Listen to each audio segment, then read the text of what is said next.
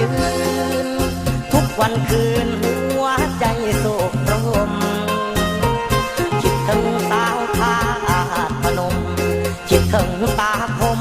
เลือจากคณะก่อนเคยผูกพันความกันครั้งหนึ่งผ่านมาพาไปในงานบูชานมัสการพระธาตุพนมคันหนึ่งมีบ้านหัวใจคันหนึ่งบ่เศร้าคิดถึงใบหน้าน้องเยาว์คิดถึงภาพเก่าที่เคยสุขสมคิดทอดเข้าหลังเมื่อครั้งเราเคยเที่ยวชมคิดถึงหน้าตาปุกมไหว้ธาตุพนมในคืนวัน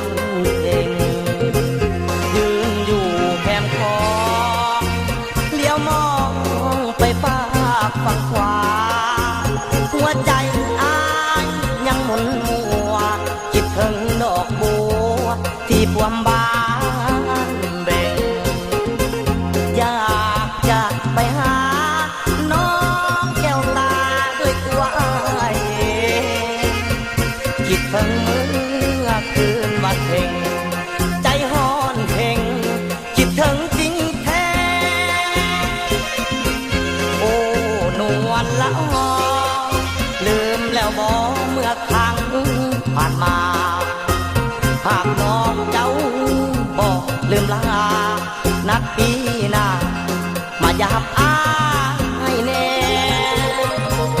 มือบุญธาตุหลวงเสิญพุ่มพวงไปห่วมแท้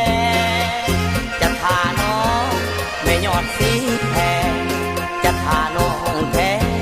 อยู่บุญธาตุหลวง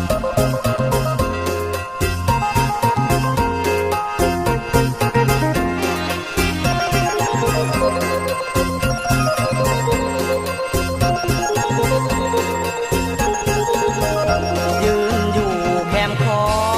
งเลี้ยวมองไปฝากฝั่งขวาหัวใจอ้ายยังหมุนมัวคิดถึงดอกบัวที่ปวมบานเบ่ง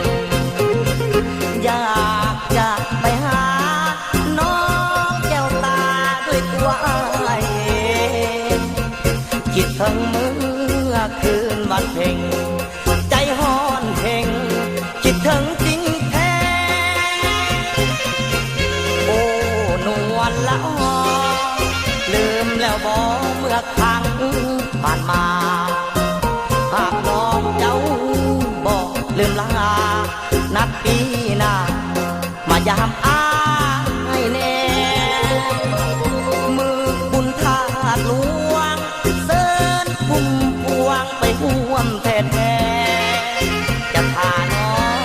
แม่ยอดสีแพงจะทาน้องแท้อยู่บุญธ